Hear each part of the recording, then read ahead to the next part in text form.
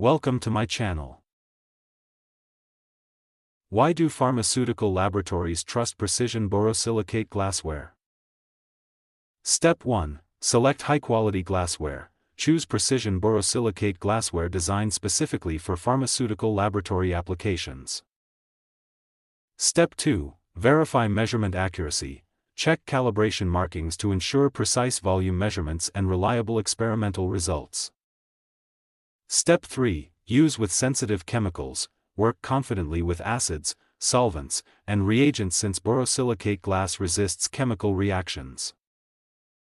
Step 4. Handle high-temperature processes. Use the glassware for heating, sterilization, and other procedures requiring thermal stability. Step 5. Prevent thermal shock damage. Move between different temperatures safely because borosilicate glass tolerates sudden temperature changes.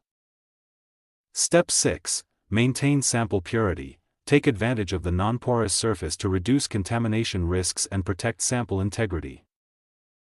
Step 7. Observe reactions clearly. Monitor liquids and chemical reactions easily through the glass's high transparency. Step 8. Sterilize after every use.